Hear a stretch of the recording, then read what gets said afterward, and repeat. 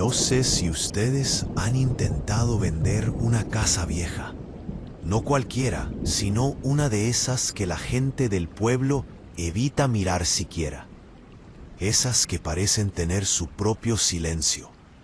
A mí me tocó hacerlo, y todavía no sé si logré venderla, o si la casa fue la que me vendió a mí. Todo empezó cuando mi tío Ernesto murió.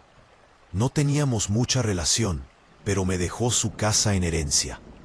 Una construcción enorme, vieja, en las afueras de la ciudad, justo al borde de una barranca.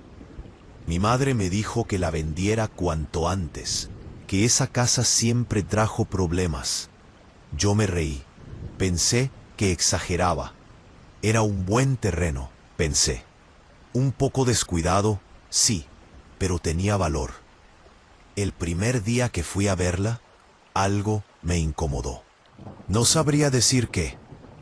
No había nada extraño, pero el aire dentro era pesado.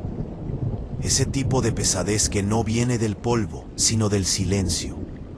El piso de madera crujía con cada tazo, y el olor a humedad era tan fuerte que sentías que se te metía en la ropa. Aún así, me propuse limpiarla.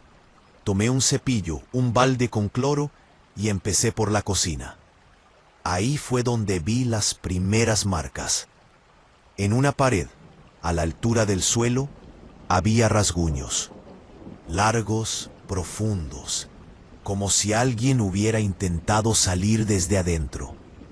Me detuve, y por un segundo juré escuchar algo del otro lado, como un golpeteo, leve, pero lo atribuí al viento.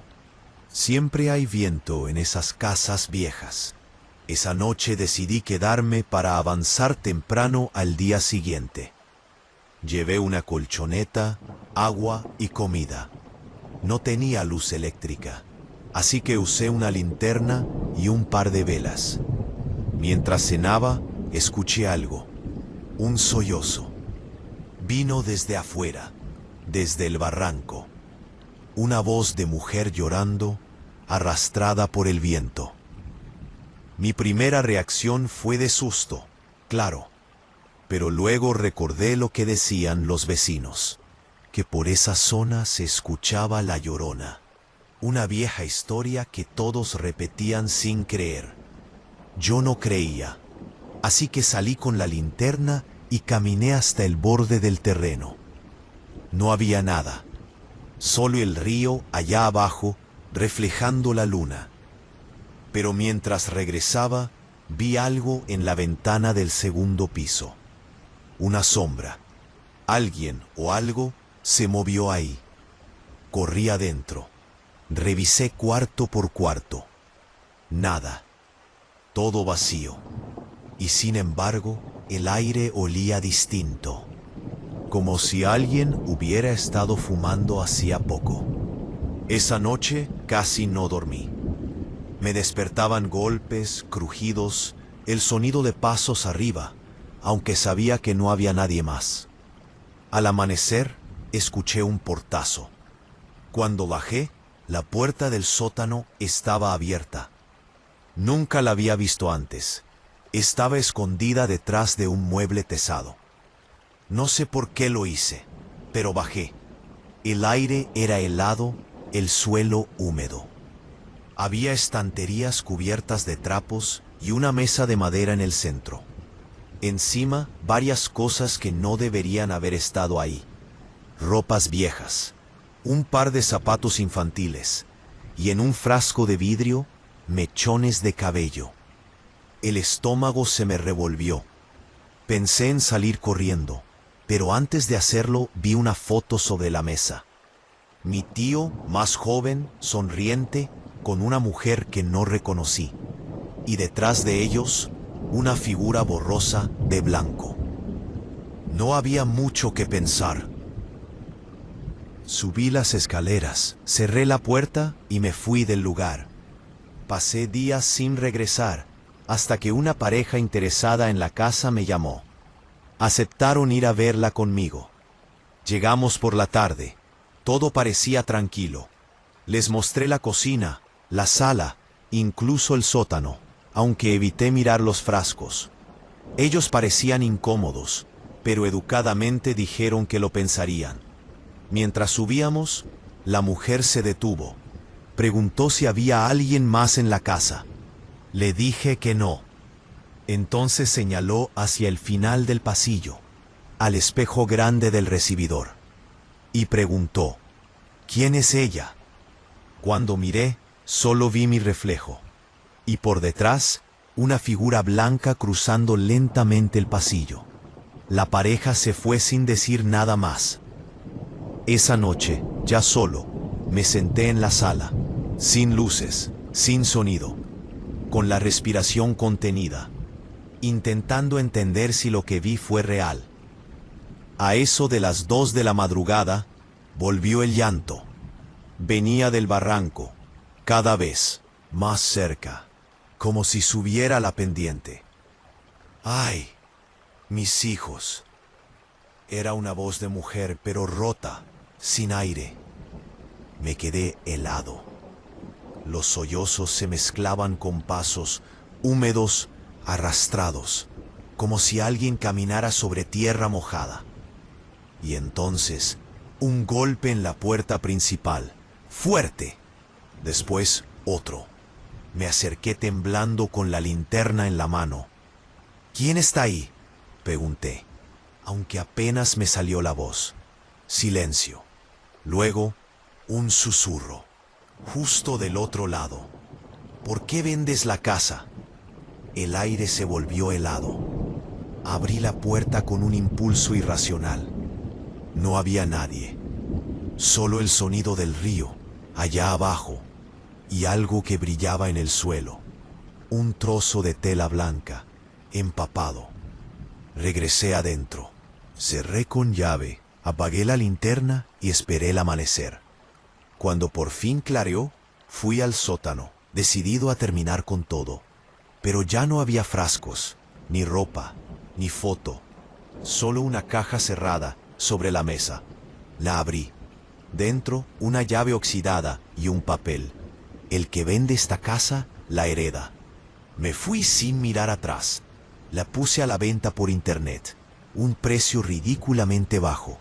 Una semana después, un hombre me contactó.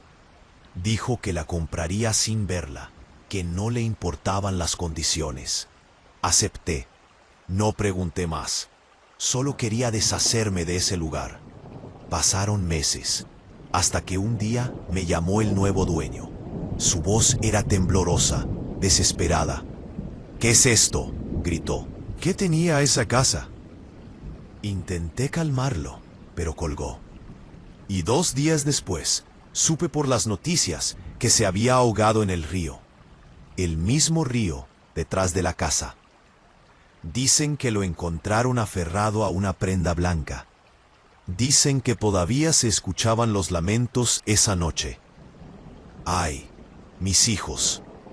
Yo no sé qué creer, pero desde entonces, todas las noches, a la misma hora, escucho algo.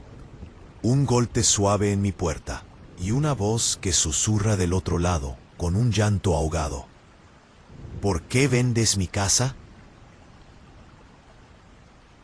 Relato número 2. No sé si alguna vez les ha pasado que una casa les da mala espina desde el primer momento. No hablo de esas que se ven viejas o abandonadas. No. Hablo de una sensación, algo que te pesa apenas cruzas la puerta.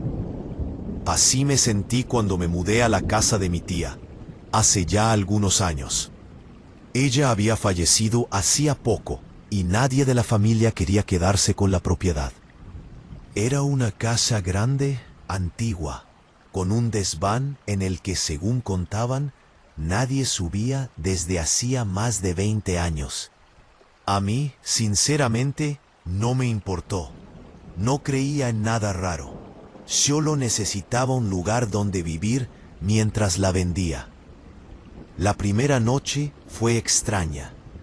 No había terminado de desempacar cuando escuché un sonido arriba, como si arrastraran algo pesado. El techo crujió, lento, como si alguien caminara allá arriba. No hice caso. Supuse que eran los cambios de temperatura o los animales que se metían por los agujeros del tejado. Pero lo escuché otra vez y otra.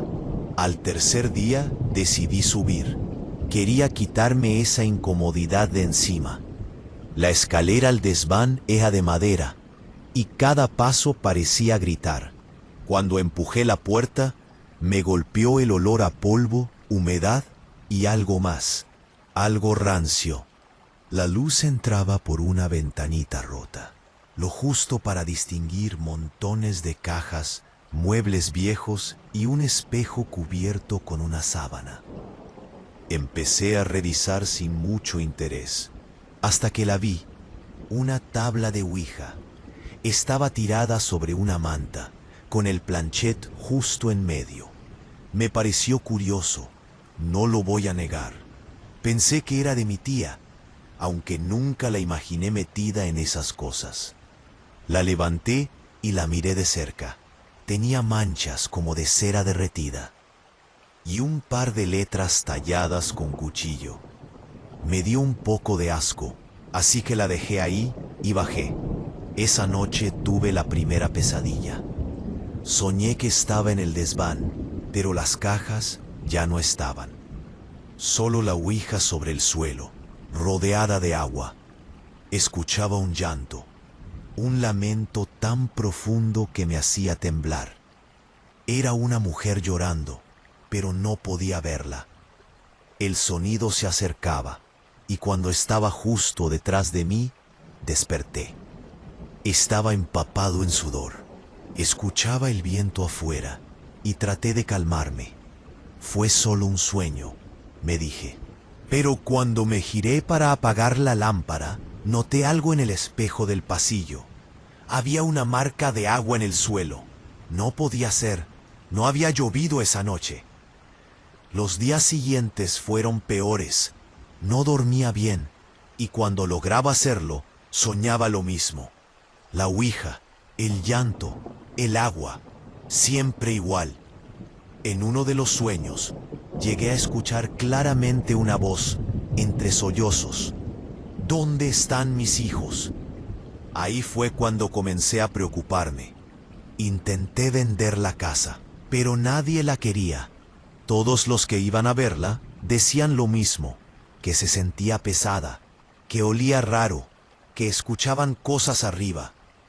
Hasta un agente inmobiliario me dijo, medio en broma, que parecía la casa de la Llorona. Me reí, claro, pero esa noche volví a soñar con ella. Esta vez la vi de espaldas, el cabello negro, largo, mojado, pegado al cuerpo. No podía ver su cara, pero sabía que estaba llorando. Cuando desperté, escuché pasos, esta vez no en el desván, sino en el pasillo, justo afuera de mi habitación. Me quedé quieto, sin mover un músculo. El sonido era lento, arrastrado, como si alguien caminara descalzo sobre el piso de madera. Se detuvo frente a la puerta. Pude ver la sombra por debajo, una figura inmóvil. No quise mirar más. Cerré los ojos y esperé hasta el amanecer. A la mañana siguiente, subí otra vez al desván. No sé qué esperaba encontrar, pero algo en mí me empujaba a hacerlo. Cuando abrí la puerta, lo primero que noté fue que la Ouija ya no estaba en su lugar. Busqué entre las cajas, bajo la manta, y al mover una de las sillas viejas, la vi, en el centro del piso. El planchet apuntaba a la palabra no. Sentí un escalofrío que me paralizó. Me acerqué despacio, y fue ahí cuando escuché el llanto. Pero esta vez no era un sueño. Venía del rincón oscuro del desván. Era el mismo lamento, débil, tembloroso. Me quedé helado, sin saber qué hacer. «¿Hola?», dije, casi sin voz. El llanto cesó, y después un silencio tan pesado que dolía. Di un paso atrás y la tabla se movió. No estoy exagerando. El planchet se deslizó solo hasta formar una palabra: baja. Bajé corriendo las escaleras. Casi me caigo. Cerré la puerta del desván con seguro y no volví a subir en días. Pero las pesadillas siguieron. Soñaba con el agua subiendo por las paredes, con el llanto, con esa voz que me preguntaba una y otra vez por sus hijos. Una noche, después de casi no dormir en 3 días, decidí quemar la ouija. Pensé que si la destruía, todo acabaría. Subí con una linterna y un encendedor. El aire estaba helado. La tabla estaba otra vez en medio del piso, esperándome. Le tiré gasolina y la prendí. El fuego tomó rápido, y por un instante me sentí liberado. Pero entonces escuché algo detrás de mí. Era un sonido húmedo, como pasos sobre agua. Me giré y la vi. No sé cómo describirla sin sonar loco. Era una mujer empapada, con el cabello cubriéndole el rostro, la piel pálida, casi gris. Lloraba, pero no hacía ruido. Solo el movimiento de sus hombros, el agua goteando al suelo. La linterna parpadeó y el fuego se apagó de golpe. No recuerdo cómo bajé. Desperté en la sala, con la puerta principal abierta y el amanecer entrando. El desván estaba intacto, como si nada hubiera pasado. Pero desde entonces no puedo dormir sin escuchar agua corriendo. Poco después decidí vender la casa por lo que fuera. Un hombre joven la compró sin hacer muchas preguntas. Dijo que le gustaban las casas con historia. Le advertí, le dije que no subiera al desván, que lo sellara. Me miró raro, pero aceptó. Pasaron unos meses. Una noche, ya en otro departamento, recibí un mensaje de un número desconocido. Era una foto, el desván, en el centro, la ouija, y un texto debajo que decía: ¿por qué llorabas? Respondí de inmediato, pero el número ya no existía. A veces pienso en volver, en ver si todo eso fue real. Pero no puedo. Cada vez que cierro los ojos, escucho el llanto, suave, como si viniera del otro lado de la pared. No sé si la ouija abrió algo, o si solo despertó algo que ya estaba ahí, esperándome. Solo sé que desde entonces, cada vez que escucho agua goteando en la noche, me quedo quieto. Porque no quiero oírla otra vez. Y porque a veces, cuando lo hago, me parece escuchar su voz, muy cerca, susurrando entre sollozos: ¿dónde están mis hijos? Y juro por mi vida que me está preguntando a mí. Por fin. Si quieren seguir sabiendo de ella, les invito a que se suscriban para conocer antes que nadie todas las historias que encierra este ente, imaginario o real. Relato número 3.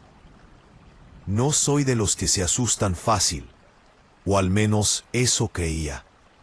Conduzco de noche casi todos los días por trabajo, y las carreteras vacías ya no me provocan nada.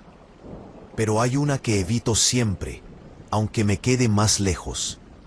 No por lo que dicen, sino por lo que vi. Fue hace unos años, cuando todavía trabajaba como paramédico. Esa noche íbamos de regreso a la base después de un turno pesado. Eran casi las 3 de la mañana y la radio no paraba de sonar con avisos de accidentes por la lluvia. A unos 20 minutos de llegar, nos entró un llamado: vehículo abandonado en la carretera vieja, luces encendidas, posible siniestro sin reportar. No era raro, aunque algo en la voz del operador sonaba tenso. Aún así, tomamos el desvío. Esa carretera era estrecha, sin alumbrado, con curvas que parecían hechas para matarte si te distraías un segundo. A los pocos kilómetros lo vimos. Un auto blanco, medio metido en la cuneta, con las puertas abiertas y las luces altas encendidas. Lo primero que pensé fue que alguien había chocado y salió a buscar ayuda. Pero cuando bajé y apunté con la linterna, noté algo raro. El auto estaba intacto, ni un rasguño. El parabrisas tenía gotas de lluvia, pero el interior estaba empapado. El agua chorreaba del techo hacia los asientos, como si alguien hubiera vaciado un balde dentro. En el suelo había flores marchitas, un ramo aplastado, y sobre el tablero una tela blanca, arrugada, como de vestido. Mi compañero dijo que olía mal, como a tierra mojada, y algo más, algo que no supimos reconocer al principio. Me acerqué al maletero. Estaba cerrado, pero se notaban marcas de dedos embarrados, como si alguien lo hubiera intentado abrir desde adentro. Le pedí que llamara a la policía, mientras revisaba los alrededores. Caminé unos metros hacia la cuneta, y con la luz vi algo que se me quedó grabado. Una zapatilla blanca, como de novia, llena de barro. A unos metros, otra igual. El camino seguía hacia un barranco, y justo ahí, entre los matorrales, la linterna reflejó algo más. Una tela enorme, blanca, empapada y colgando de una rama. Al principio creí que era una bolsa, pero cuando me acerqué, me di cuenta de que era un velo de boda. El viento soplaba tan fuerte que hacía que el velo se moviera como si alguien lo estuviera levantando. Regresé al auto. Mi compañero me dijo que no había señal, que teníamos que ir más arriba para contactar a alguien. Le dije que sí, que me esperara un momento, y entonces lo escuché. Un sonido agudo, un lamento. No era grito, no era llanto. Era algo que te perforaba los oídos, como si viniera de todos lados a la vez. Pensé que era el viento. Hasta que se repitió más cerca. ¿Escuchaste eso?, le dije. Él asintió. Estaba pálido. Nos quedamos quietos, y en medio del silencio se oyó otra vez. Era una voz de mujer, débil, arrastrada, que repetía algo una y otra vez. No entendíamos qué decía, pero sonaba como si llamara a alguien. De repente, un golpe seco en el techo del auto nos hizo saltar. Apunté la linterna y vi que la tela del asiento trasero se movía. Sin pensarlo, abrí la puerta, y ahí estaba. Una figura encogida, cubierta por una tela blanca, respirando agitado. Por un segundo pensé que era alguien vivo, tal vez herido. Pero cuando intenté levantar la tela, noté que estaba helada, dura. La cara era de una mujer joven, los labios morados, el cabello pegado al rostro. Tenía puesto un vestido de novia. Mi compañero gritó y retrocedió. Yo no pude moverme. Había una marca alrededor de su cuello, como de una cuerda o cinturón. Entonces escuchamos otro ruido, del lado del copiloto. Corrí a ver y encontré a un hombre, también joven, recostado sobre el volante, con el pecho hundido. En la mano todavía tenía un pedazo de tela, arrancado del vestido. Era evidente lo que había pasado, o al menos eso creímos. Una pelea, un ataque, un intento desesperado de escapar. Pero lo más extraño era el agua. Todo estaba empapado, incluso los cuerpos, como si los hubieran sacado de un río. Nos quedamos esperando a la policía, sin mover nada. Cuando llegaron, nos dijeron que ya sabían quiénes eran. Eran unos novios que habían desaparecido, hacía 3 días, justo después de su boda. El auto no estaba en el registro del accidente, ni había sido visto por nadie hasta esa noche. No había explicación de cómo llegó ahí. Después de declarar, volvimos a la base en silencio. Nadie habló del tema por un tiempo, pero 2 semanas después nos llamaron otra vez, mismo lugar, vehículo abandonado con luces encendidas. Cuando llegamos, No había nada, solo el camino vacío, y al costado un pedazo de tela blanca atascado en los matorrales. Pensé que era una coincidencia, hasta que empezó lo raro. Varias personas comenzaron a reportar lo mismo en esa carretera. Una mujer vestida de blanco, parada junto a un auto detenido, pidiendo ayuda. Algunos decían que lloraba, otros que cuando se acercaban, desaparecía. Yo ya no trabajaba ahí, pero no podía evitar pensar en eso cada vez que pasaba cerca. Una noche, después de dejar a un amigo, tomé sin querer el desvío equivocado. Iba distraído, y cuando me di cuenta, ya estaba en esa carretera. No quise detenerme, pero al pasar por la curva reconocí el punto exacto. Y ahí estaba, el auto, blanco igual que aquella vez, las luces encendidas, las puertas abiertas, y sobre el parabrisas, las mismas telas. Frené en seco. No podía ser. Bajé solo para comprobarlo. El aire olía igual, a humedad, a tierra, a hierro. Caminé despacio hasta la puerta y me asomé. No había nadie, pero el asiento del copiloto estaba empapado, y en el espejo retrovisor alguien había escrito con el dedo una palabra: llora. No sé cuánto tiempo me quedé ahí. Cuando volví al auto, tenía la camisa mojada, aunque no llovía. Sentí el impulso de mirar atrás, hacia los árboles, y ahí, entre las sombras, vi algo moverse. Una silueta, delgada, cubierta por una tela blanca. No se acercó, solo estaba ahí, inmóvil, con la cabeza ladeada, mirándome. Arranqué el coche tan rápido como pude. No miré por el retrovisor, aunque juro que escuché un sollozo, largo, quebrado, mezclado con el rugido del motor. Desde esa noche, nunca más volví por esa carretera. Pero hace poco, un amigo que aún trabaja como paramédico me escribió. Nos reportaron el coche blanco otra vez, pero esta vez dentro hay algo nuevo. Un ramo de flores frescas y una nota con tu nombre. No supe qué decirle. Solo borré el mensaje y dejé el teléfono a un lado. Porque a veces, muy de madrugada, cuando paso cerca de esa zona, me parece ver un resplandor blanco entre los árboles. Y si bajo el volumen de la radio, si el camino se queda en silencio, puedo oírlo. Un llanto suave, ahogado, que me sigue hasta que desaparece el último poste de luz.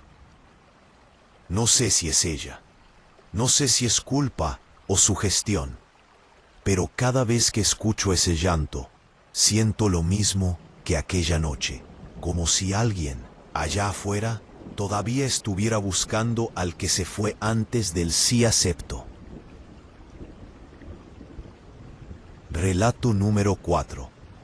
Nunca pensé que los gritos pudieran tener un sonido tan humano y tan imposible al mismo tiempo. Digo imposible, porque aunque los escuché noche tras noche, no había manera de explicar de dónde venían. Todo empezó cuando me mudé a esa pequeña cabaña al borde del bosque. No era por gusto. Después del accidente, necesitaba alejarme del ruido, del tráfico, de la ciudad. Me lo recomendaron. Un lugar tranquilo, con aire puro. Pero nunca me dijeron que la tranquilidad podía sentirse tan parecida al miedo. La cabaña era vieja, de esas que parecen respirar por sí solas cuando el viento se cuela entre las tablas. La primera noche fue silenciosa, demasiado silenciosa. Hasta que a eso de las 2 de la mañana, escuché el primer grito. No era un animal, tampoco un humano. O tal vez era ambas cosas. Era un lamento, largo, agudo, que empezó como un sollozo y terminó en un chillido que hizo vibrar los vidrios. Me quedé sentado en la cama, sin moverme, escuchando. El sonido venía del bosque, profundo, como si alguien llorara pidiendo ayuda. Pensé en llamar a la policía, pero ¿qué iba a decir? Escucho a alguien llorar entre los árboles. Apagué la lámpara y esperé. El grito volvió a sonar una vez más, y luego el silencio regresó, pesado, casi vivo. A la mañana siguiente le pregunté al único vecino que tenía, un señor que vivía unos metros más allá, don Evaristo. Se me quedó viendo con cara de cansancio, como si hubiera escuchado la misma pregunta muchas veces. «Ah, ya la oyó», me dijo sin más. «¿La oyó? ¿A quién?» «A la mujer del río. Siempre anda por ahí cuando el agua baja con fuerza. No salga de noche, joven. No salga». No quise seguir la conversación. No soy supersticioso. Pero ese tono resignado en su voz me dejó intranquilo. Esa noche, los gritos regresaron. Más claros, más cerca. Esta vez sí eran palabras. Entre los sollozos pude distinguir algo que se repetía una y otra vez, arrastrado por el viento. ¡Ay, mis hijos! Lo escuché tan claro que me puse de pie. Era una voz de mujer, quebrada, como si el aire mismo le doliera al pasar por la garganta. Salí al porche con la linterna en la mano. El bosque era una sombra infinita y el río corría detrás, negro y brillante. Grité por si alguien necesitaba ayuda, pero no obtuve respuesta. Solo el sonido del agua y a lo lejos otra vez ese lamento. Esa noche no dormí, y tampoco las siguientes. Los gritos se hicieron rutina. A veces eran cerca, tan cerca que parecía que la mujer estuviera al otro lado de la ventana. A veces se escuchaban desde el río, y entonces, cuando salía a mirar, encontraba el suelo húmedo, lleno de pisadas pequeñas que se perdían entre los árboles. No podía más. Llamé a la policía del pueblo. Me dijeron que seguramente eran zorros o coyotes, que en la temporada de cría hacían sonidos parecidos a llantos humanos. Quise creerles, en serio quise. Pero una madrugada decidí seguir el sonido. No sé si fue la falta de sueño o la desesperación, pero cuando escuché los gritos por tercera vez esa noche, tomé la linterna y caminé hacia el bosque. El aire era frío. El suelo estaba lleno de hojas mojadas. Cada paso parecía una traición a mi sentido común. El llanto me guiaba. Era constante, más débil ahora, como si la voz se quebrara de cansancio. Llegué hasta el río. El agua reflejaba la luz de la linterna, y en la orilla vi algo blanco. Era una tela, empapada, atascada entre las ramas. La levanté y me di cuenta de que era parte de un vestido, antiguo con encaje y manchas oscuras. El olor a humedad y hierro me revolvió el estómago. Entonces escuché un susurro detrás de mí. No era un grito, era algo más suave. Una respiración. Giré la linterna y la vi, una mujer empapada, con el cabello pegado al rostro. Tenía los ojos abiertos, vidriosos, y los labios morados. No dijo nada, solo levantó la mano, señalando el río. Di un paso atrás, tropecé y caí al suelo. Cuando volví a mirar, ya no estaba. Corrí de regreso a la cabaña, convencido de que lo había imaginado. No dormí, ni al día siguiente ni el otro. Empecé a sentir que el bosque me observaba. Intenté hablar con don Evaristo, pero no lo encontré.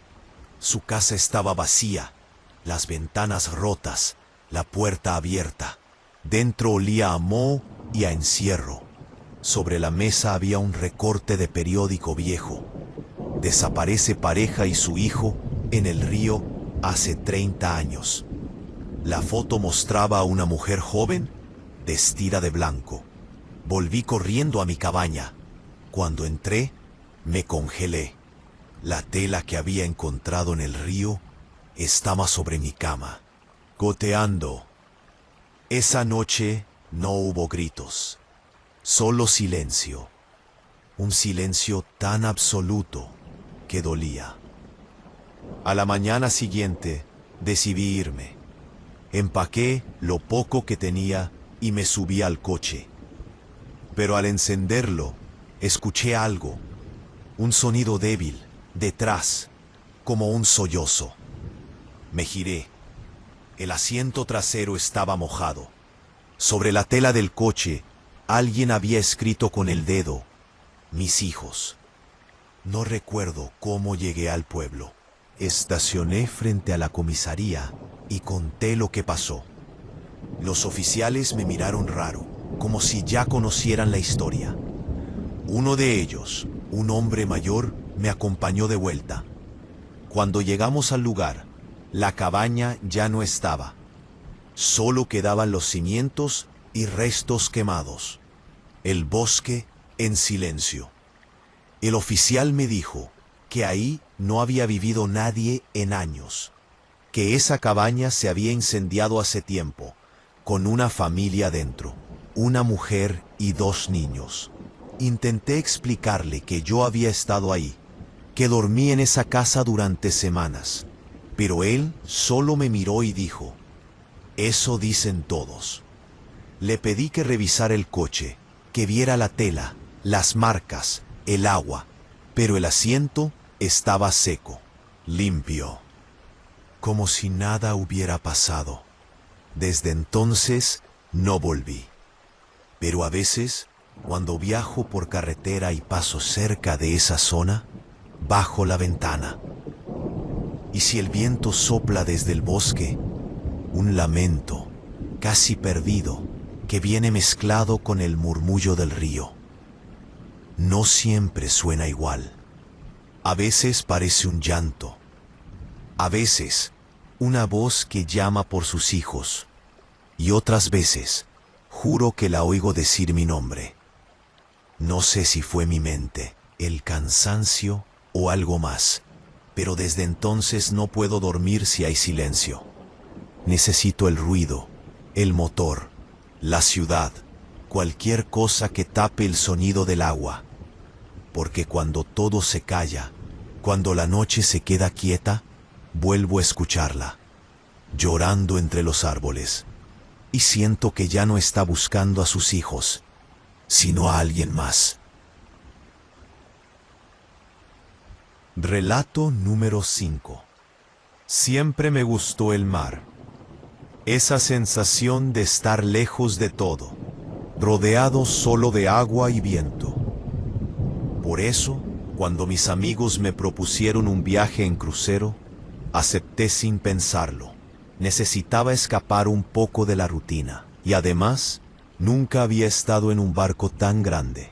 Todo iba bien. Las primeras noches fueron una mezcla de fiestas, comida infinita y vistas impresionantes.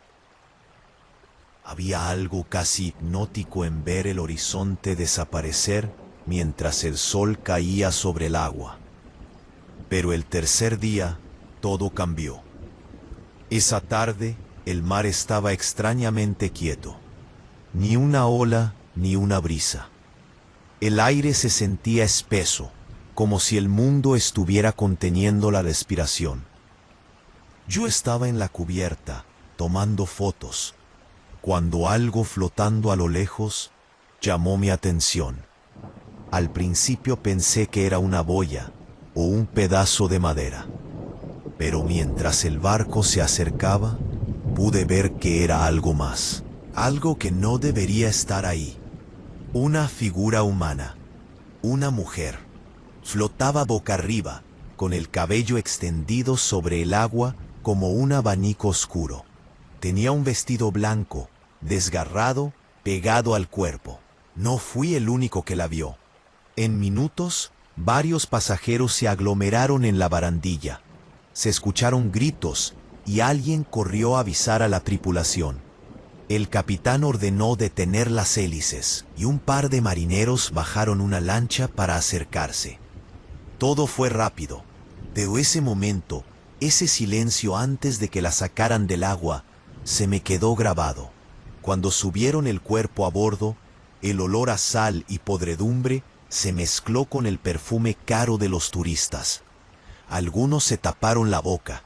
Yo no podía apartar la mirada. Era joven, tendría unos 20 y tantos, la piel pálida, los labios morados. Tenía las manos cerradas, como si hubiera estado sujetando algo antes de morir. El vestido, ahora que la luz lo tocaba, no era blanco. Era una tela vieja, amarillenta, con encaje roto. Los del equipo médico llegaron enseguida, pero ya sabían que no había nada que hacer. Se la llevaron al área de enfermería y el capitán nos pidió que regresáramos a nuestras habitaciones. Esa noche no pude dormir. No dejaba de pensar en su cara. Había algo extraño en la expresión, una mezcla de tristeza y alivio. A eso de las 3 de la mañana, me levanté para ir al balcón. El mar estaba oscuro, inmóvil. Se sentía diferente, como si algo se escondiera bajo la superficie. Entonces escuché algo, un grito. Al principio pensé que venía de otro camarote, pero cuando salí lo escuché más claro. Un lamento largo, quebrado, arrastrado por el viento. ¡Ay, mis hijos! El sonido venía del mar. Me quedé helado. Era tan real, tan humano, que por un segundo pensé que alguien había caído al agua. Salí corriendo hacia la cubierta. No había nadie, solo el viento y el mar brillando con la luz de la luna. Pero los gritos seguían ahí, intermitentes, casi como si alguien llorara desde el fondo. Llamé a un guardia, pero cuando regresó conmigo, todo estaba en silencio. Me miró con cara de fastidio. Dijo que seguro había sido el viento o el eco del motor, y me pidió que regresara a mi camarote. No pude. Pasé el resto de la noche despierto, escuchando el golpeteo del agua contra el casco. Al día siguiente, la noticia corrió por todo el barco. La mujer que habían encontrado no tenía identificación. Nadie la había reportado desaparecida, y no había señales de otro barco en la zona. Algunos decían que se había lanzado al mar desde otro crucero. Otros que había estado flotando ahí desde hacía días. Yo no creía ninguna de las dos. Esa tarde fui al gimnasio del barco.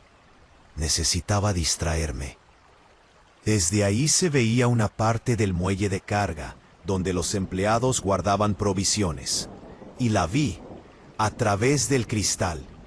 Una silueta quieta, de pie, junto a las cajas. Era ella. El vestido blanco, el cabello largo y mojado. No se movía, no decía nada. Solo estaba ahí, mirándome. Parpadeé y ya no estaba. Bajé corriendo, pero no encontré a nadie. El suelo, sin embargo, estaba mojado. Un charco de agua que formaba un rastro hacia la puerta de servicio. Seguí el rastro, que terminaba justo frente a la enfermería. Empujé la puerta y la enfermera que estaba dentro me gritó que no podía estar ahí. Pero lo vi. La camilla donde habían puesto el cuerpo estaba vacía. Pregunté qué había pasado y la enfermera, temblando, me dijo que el cuerpo no estaba, que se había ido. Así, simplemente. Esa noche el capitán anunció que haríamos una parada no programada para reportar el incidente a las autoridades. Pero el mar empezó a agitarse. Las olas golpeaban el barco con una fuerza brutal. Nadie podía dormir. A medianoche, los gritos volvieron. Esta vez, más fuertes. Venían desde todas partes. Un llanto, un lamento desesperado que se mezclaba con el rugido del mar. Y todos lo escuchamos.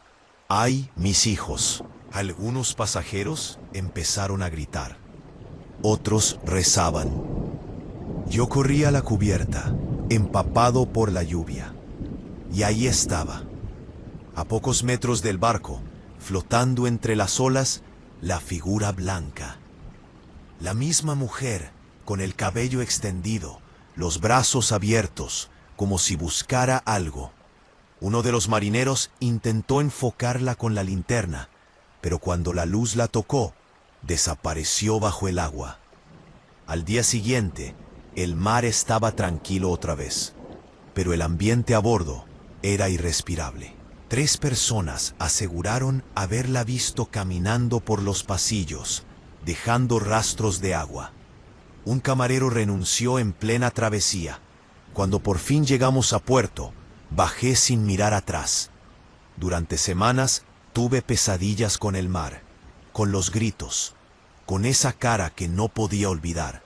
Hasta que un día, navegando por internet, encontré una noticia vieja. Desaparece joven vestida de novia tras caer de un velero durante una sesión de fotos. La foto me hizo soltar el teléfono. Era ella, el mismo vestido, la misma mirada. Decían que el cuerpo nunca apareció, que el viento arrastró su vestido como una bandera blanca sobre el agua.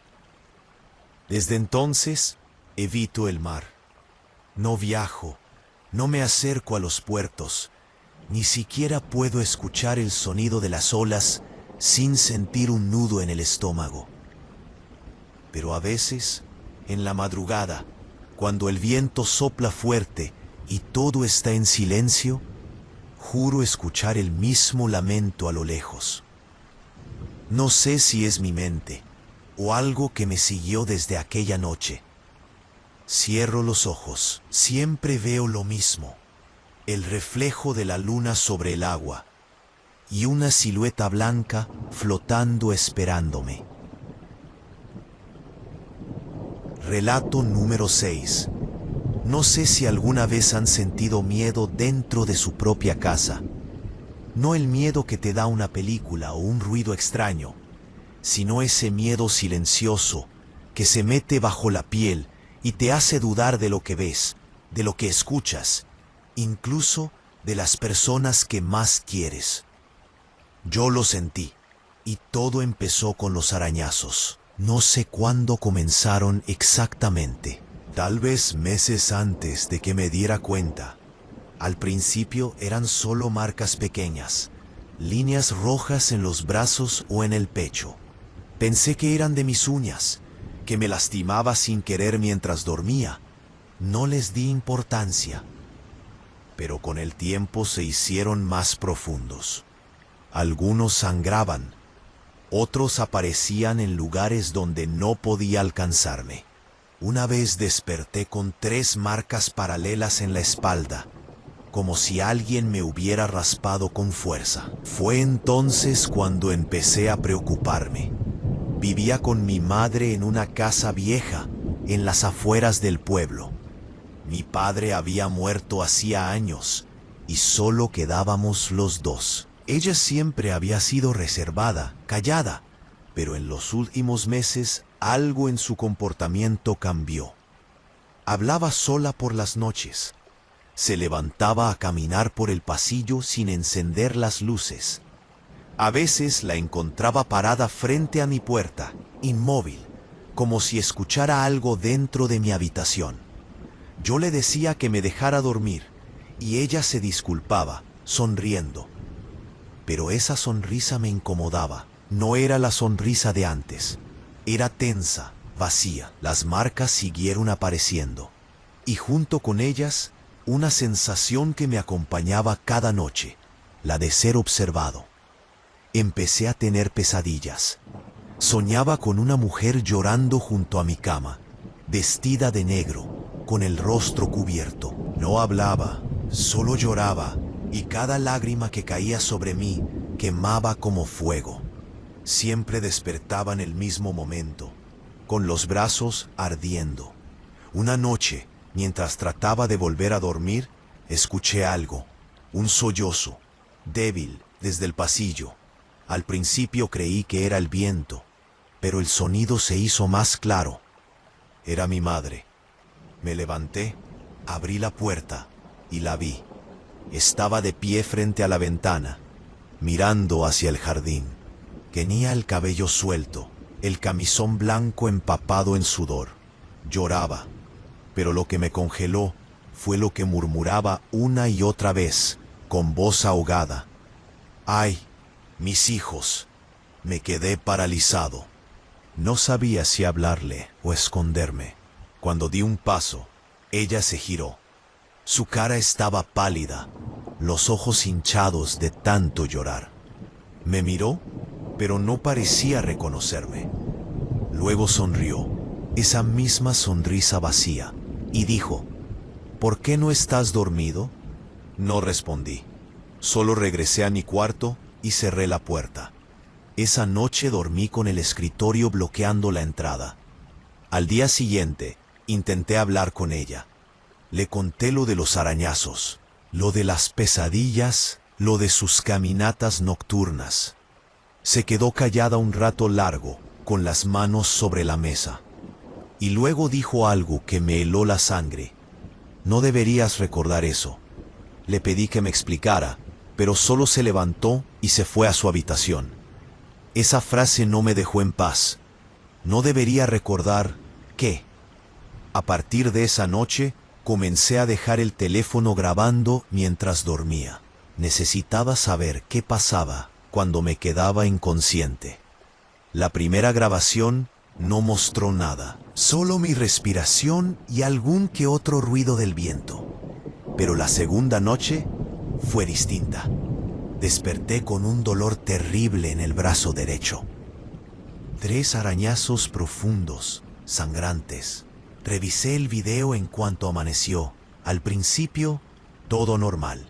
Hasta que a las 3:17 de la madrugada, la puerta se abrió lentamente. Una silueta entró al cuarto. Era mi madre. Caminó hasta mi cama despacio, sin hacer ruido. Se sentó en el borde y durante unos segundos solo me observó dormir. Luego levantó la mano y empezó a arañarme el brazo, con calma, sin prisa, como si lo hiciera con cariño. No gritaba, no decía nada, solo tenía esa sonrisa, la misma que me daba miedo. Apagué el video de golpe. Sentí náuseas. No podía entenderlo. Intenté hablar con ella esa misma mañana, pero fingió no saber de qué le hablaba. Decía que estaba inventando cosas, que no dormía bien, pero su mirada me decía otra cosa. Pasaron los días. Los arañazos se hicieron más frecuentes, y cada vez que me despertaba con uno nuevo, mi madre aparecía en la cocina preparando café, con las uñas sucias y una expresión ausente. Una noche decidí quedarme despierto. Fingí dormir esperando. A eso de las 3 escuché la puerta abrirse. Los pasos suaves, el crujido del piso. Sentí cómo se sentaba junto a mí, y luego sus dedos fríos sobre mi piel. Me levanté de golpe, encendí la lámpara. Ella estaba ahí, mirándome con los ojos muy abiertos. En su mano tenía algo brillante, una horquilla con la que se rascaba la piel. Le grité que se detuviera, que me dijera qué estaba haciendo. Entonces empezó a llorar. No quería, repetía, no quería volver a hacerlo. Me quedé en silencio, sin entender, y entre sollozos murmuró lo que todavía me cuesta repetir. Yo escucho a la mujer, a la que llora en tu ventana. Me dice que te quite el dolor, que te lo saque del cuerpo. Su voz se quebró, y luego más bajo añadió, pero igual que hice con tus hermanos. No recuerdo haber gritado, solo recuerdo la policía, las sirenas, los vecinos mirando desde las ventanas. Mi madre fue internada en un hospital psiquiátrico. Dijeron que había perdido el sentido de la realidad años atrás, después de que mis hermanos murieran en un incendio cuando yo era niño. Nunca me habló de eso. Nunca lo recordé, hasta ahora. A veces me pregunto si realmente eran alucinaciones, si lo de la mujer llorando en la ventana solo existía en su mente. Pero hay algo que no puedo explicar. La última noche que dormí en esa casa, antes de mudarme, escuché algo. Un sollozo, suave, junto a la ventana.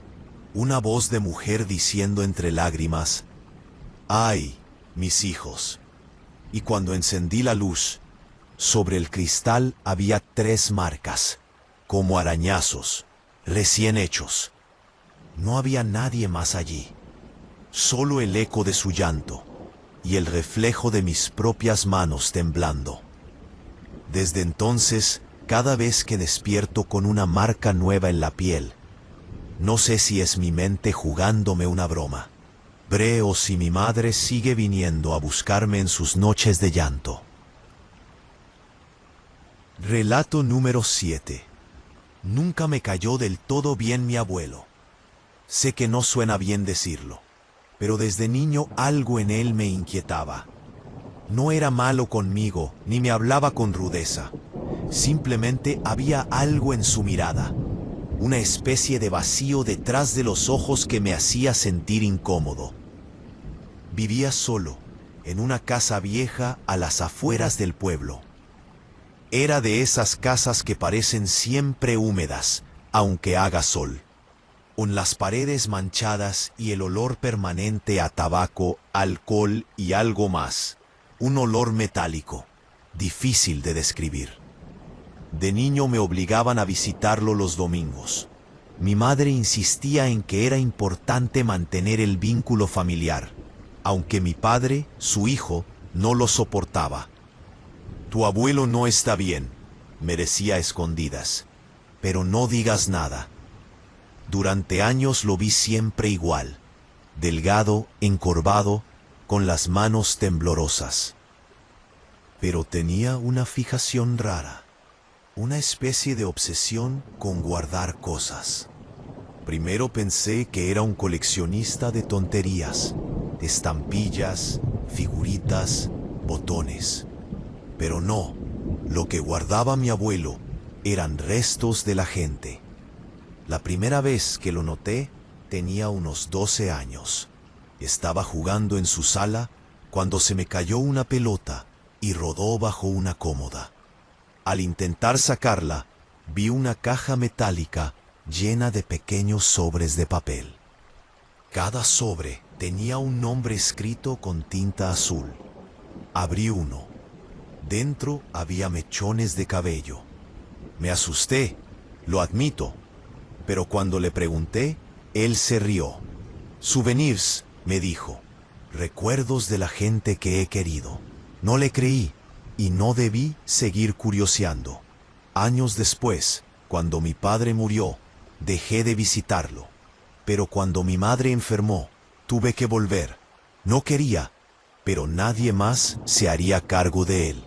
Ya era un viejo de casi 90 años, medio sordo, y vivía rodeado de cajas y frascos.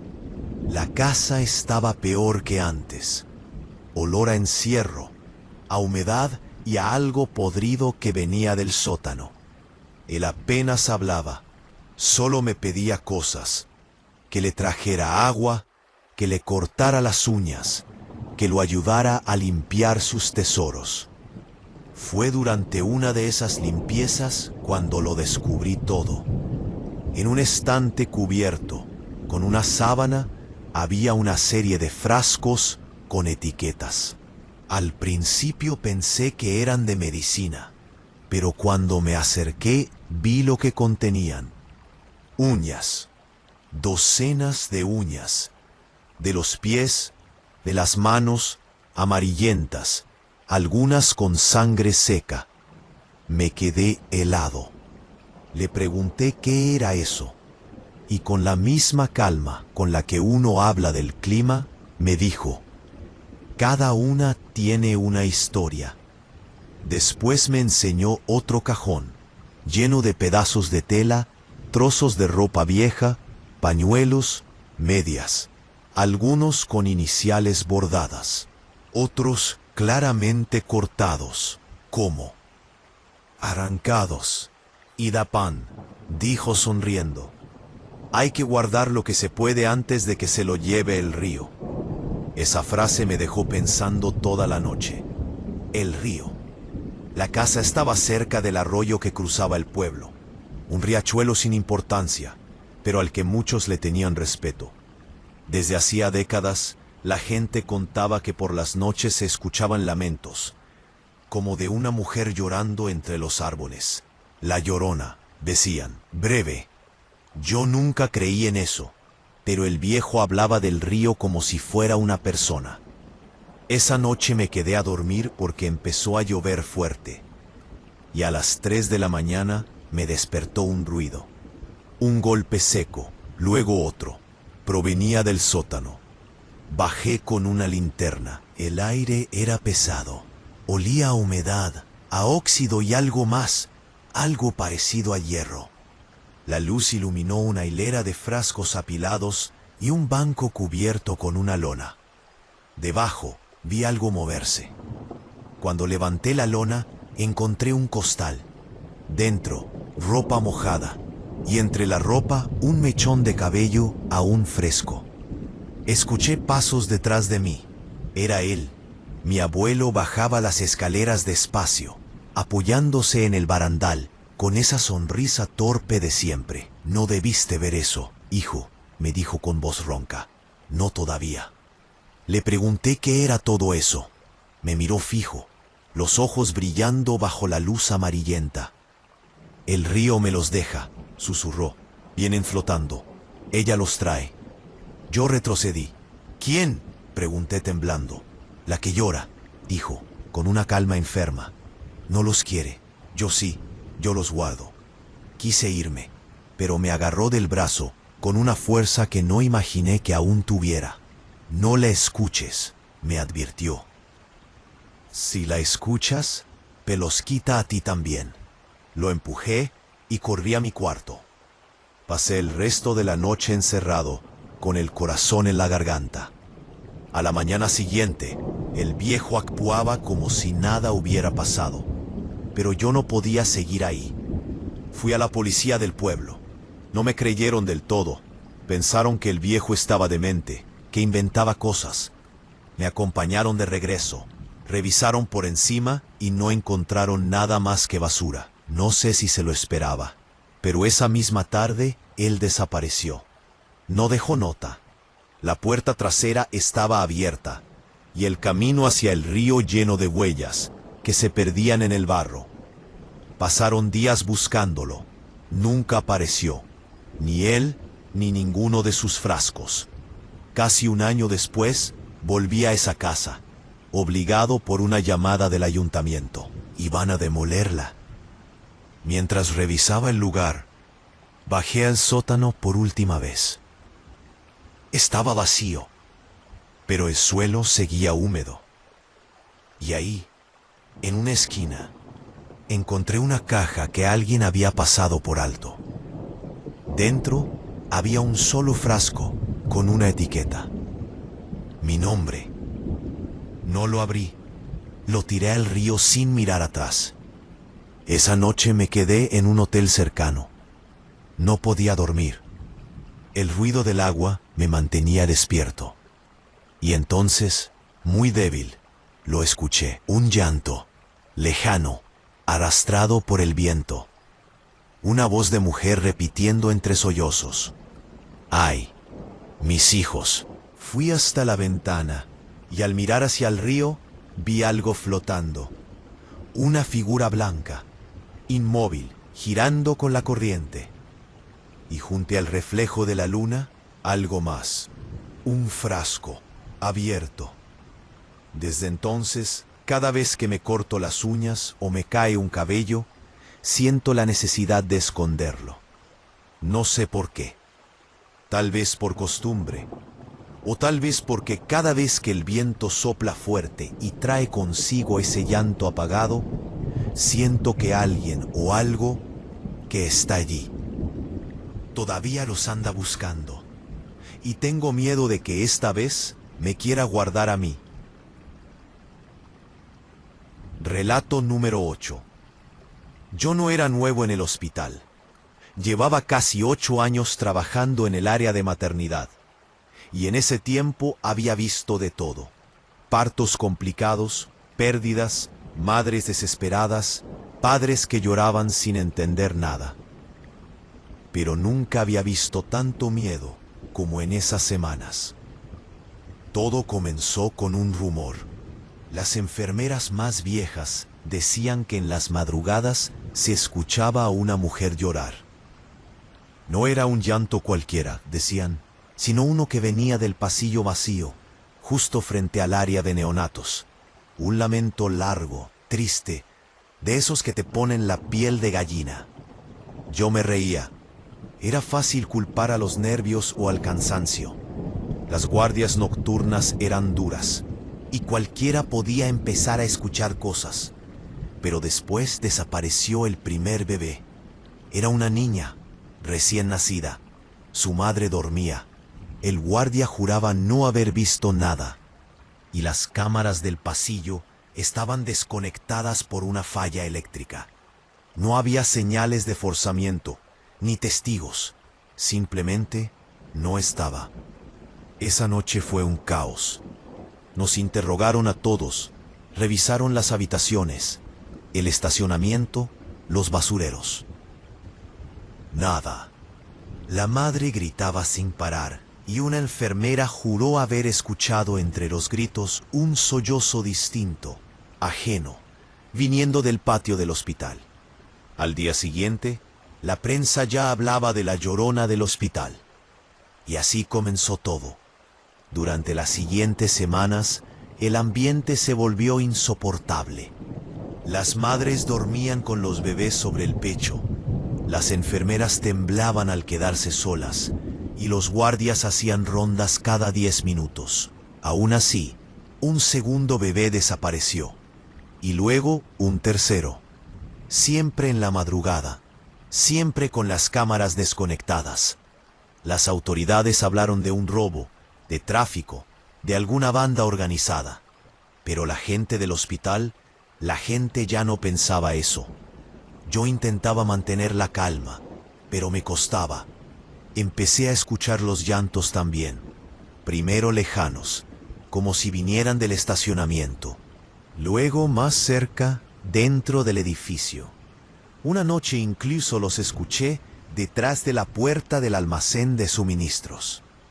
Fui a revisar, con el corazón acelerado. No había nadie, solo una manta tirada en el suelo, manchada con algo que parecía leche o sangre. No supe distinguirlo. A partir de ahí, algo en mí empezó a cambiar. Ya no dormía bien. Me quedaba horas vigilando las incubadoras, mirando las pequeñas respiraciones de los recién nacidos, asegurándome de que nadie entrara. Pero lo más inquietante era mi madre. Ella había sido enfermera antes de jubilarse. Cuando le conté lo que estaba pasando, guardó silencio por un largo rato. Luego me dijo algo que me dejó helado. Ten cuidado con lo que escuchas, hijo. No todo llanto pide ayuda. Algunos buscan compañía. No le entendí, o no quise entenderla. Una noche durante mi turno, la electricidad falló en todo el hospital. Nos quedamos en penumbra, con solo las luces de emergencia encendidas. Los pasillos parecían túneles interminables, y entonces se escuchó. Un llanto claro, profundo, venía del área de neonatos. Corrí. Cuando llegué, las incubadoras estaban intactas, todas menos una. La última del pasillo estaba vacía, el vidrio roto desde adentro.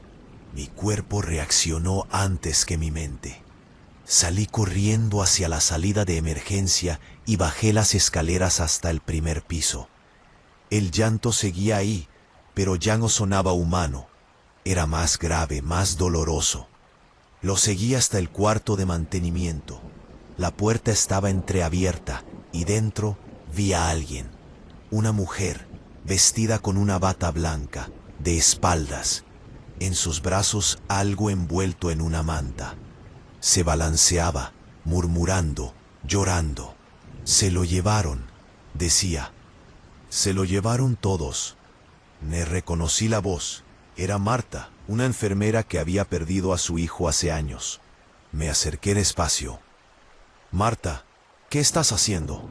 Su cara estaba empapada en lágrimas, los ojos rojos. Lo escuché, dijo.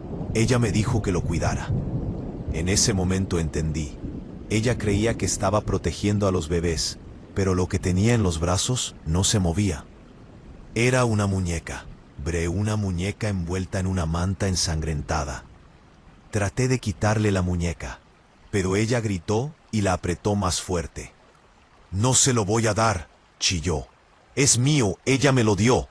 Se abalanzó sobre mí con una fuerza que no esperaba. Caí al suelo, golpeándome la cabeza.